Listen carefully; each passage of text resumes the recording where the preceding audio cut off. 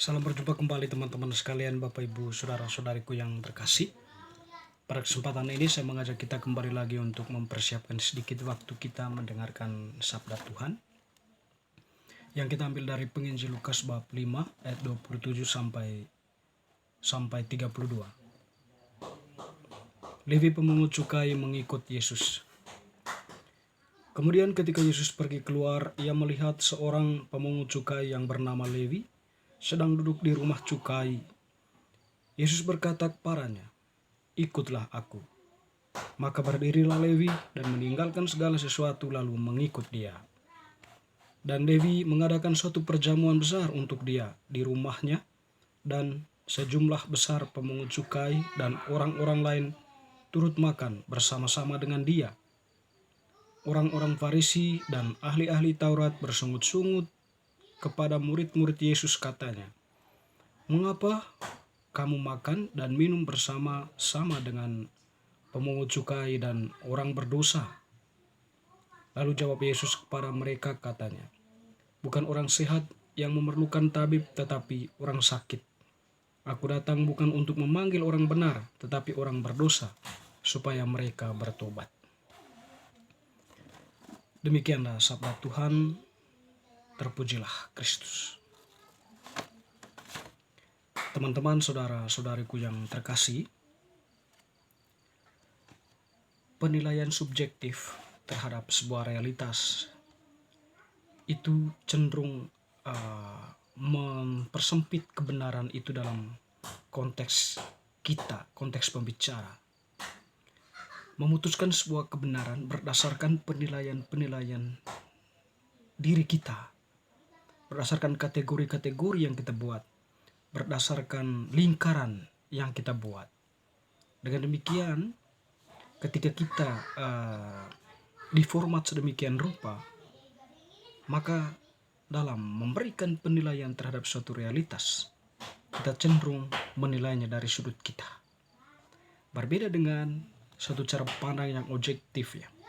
Suatu cara pandang yang lebih pada menilai sesuatu berdasarkan fakta yang sesungguhnya, berdasarkan sebuah penampakan yang ditampilkan oleh realitas di luar diri kita, atau nilai yang ditampilkan karena kita masuk ke dalam situasinya, lalu kita menemukan suatu kebenaran yang terbersit atau yang terpancar di dalam realitas yang ada di luar diri kita. Dan ketika kita mengambil sebuah kesimpulan, nah disitulah kebenaran objektif itu ada, karena kita sudah mengadakan penelitian ataupun mengadakan sebuah tindakan-tindakan keterlibatan kita di dalam situasi mereka, situasi orang lain, situasi realitas lain di luar diri kita. Cara pandang orang Farisi dan ahli-ahli Taurat itu cenderung subjektif, ya. Mungkin lebih tepatnya kita mengatakan bahwa cara pandang mereka itu didasarkan pada apa yang mereka paham. Jadi pemahaman mereka lalu kemudian itu dilempar sedemikian rupa kepada orang, dan itu menjadi sebuah pengakuan publik kemudian.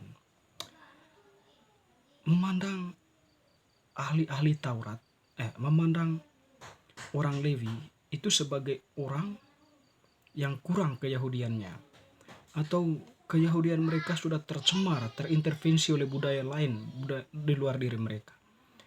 Karena orang-orang Levi ini adalah orang yang bekerja untuk bangsa Roma yang berkuasa pada waktu, kekaisaran Romawi yang berkuasa pada waktu itu. Jadi bagi mereka, setiap orang yang sudah mengambil bagian dalam pelaksanaan pemerintahan dari bangsa lain, itu keyahudian mereka itu sudah berkurang, ya, atau mengalami intervensi, dan oleh karena itu mereka dianggap tidak sungguh-sungguh mentaati apa yang menjadi kesepakatan publik, kesepakatan bersama. Jadi cenderung pemikiran mereka itu adalah subjektif, ya.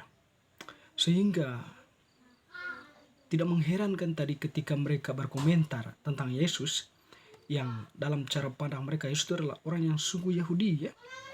Yesus itu sungguh-sungguh mentaati hukum mereka, ya. Dan ketika dia bergaul dengan orang-orang Lewi ini atau si Lewi tadi dan kumpulan-kumpulan mereka yang lain.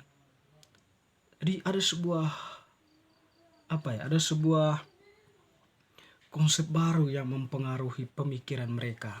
Ada sebuah realitas baru yang semacamnya mengguncang pemahaman mereka ya tentang relasi dengan orang-orang yang sudah terkontaminasi dengan budaya lain ya.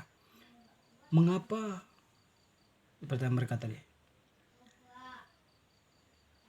Mengapa jadi pertanyaan orang-orang, mengapa kamu makan dan minum bersama-sama dengan pemungut cukai dan orang berdosa? Nah, itu. Sebab bagi mereka Yesus sebagai orang yang dianggap guru suci yang mentaati aturan tidak boleh sebenarnya melakukan relasi dengan mereka, harus membatasi diri berelasi dengan diri mereka. Contohnya ya orang-orang Farisi dan ahli-ahli Taurat itu sendiri. Karena dalam kacamata mereka tadi ya mereka itu adalah kelompok kanan, boleh dibilang begitu ya, yang tidak perlu digauli karena sudah mengalami intervensi-intervensi dari luar ya terhadap gaya hidup mereka, kira-kira seperti itu ya. Dan mereka pun menganggap tidak layak, itu berdosa, tidak layak Yesus mengatakan bergaul dengan mereka.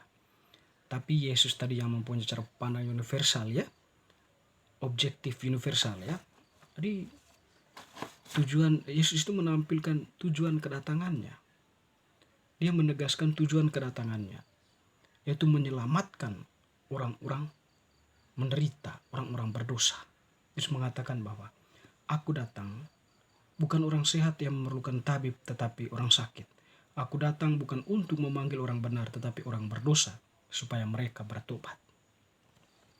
Yesus mempunyai cara sendiri ya dalam mewartakan kerajaan Allah, itu dia punya cara sendiri membangun relasi dengan mereka. Dia merombak sekat-sekat yang ada, merombak kategori-kategori yang sudah mapan gitu ya. Dia merombak semuanya itu, cara pandang yang kategoris. Dia mengubah semuanya itu lalu membuka ruang untuk semua orang bisa dirangkul. Yesus memberikan gambaran itu kepada orang-orang Farisi dan ahli-ahli Taurat ya, bahwa sesama kita tidak punya hak untuk memberikan penilaian yang negatif terhadap mereka. Kita ini sebagai sesama manusia saling menghormati dan saling menghargai. Kita tidak bisa menilai mereka dari sisi kita, tapi kita harus menilai mereka dari sisi mereka. Mereka juga manusia yang berusaha untuk berjuang mempertahankan hidup. Jadi orang Lewi dan pungut cukai itu mereka bekerja untuk orang-orang Roma, bangsa Roma itu ya, untuk mempertahankan hidup. Dan juga ya untuk agar perekonomian mereka itu ya cukup bagus gitu. Bukan tidak mempunyai suatu tujuan tertentu. Mungkin ada pengaruh-pengaruh tapi hal-hal itu ya sebuah tuntutan yang memang ditetapkan oleh mereka. Bukan berarti bahwa kita terjebak di dalamnya dan kemudian ikut arus. Bukan seperti itu sekiranya. Kalau masuk lebih jauh ya, kalau kita berbicara tentang penilaian objektif itu ya. Jadi sekiranya Yesus di situ ya mau menampilkan hal itu, membuka pemikiran ahli-ahli Taurat dan orang-orang Farisi tadi. Teman-teman, saudara-saudari yang terkasih, kalau kita kembali kepada diri kita sendiri ya, mungkin kita cenderung juga seperti mereka nih, menilai sesama dari sisi kita tanpa kita memahami lebih baik posisi mereka. Agar kita bisa menilai mereka, maka penting kita belajar keberadaan mereka, masuk dalam situasi mereka, sehingga kita pun mempunyai suatu pencerahan. Apa yang mereka lakukan itu ternyata mempunyai suatu maksud tertentu. Dengan demikian kita tidak dengan mudah menilai orang lain seperti ini, seperti itu. Jadi kita menilainya berdasarkan pemahaman kita atas apa yang mereka alami. Jadi disitulah kita setidaknya itu tidak menciptakan sekat, tidak menciptakan kategoris, tidak menciptakan lingkaran sempit ya. Tetapi kita membuka wawasan kita, bisa merangkul sesama dan berbagi dan sebagainya. Singkat kata bahwa kita membuka diri kita atas kehadiran sesama dan mampu menilai sesama adalah penampakan nilai kemanusiaan itu sendiri. Sehingga kita membangun sikap saling menghormati dan menghargai satu terhadap yang lain. Semoga bacaan hari ini semakin meneguhkan iman kita. Amin.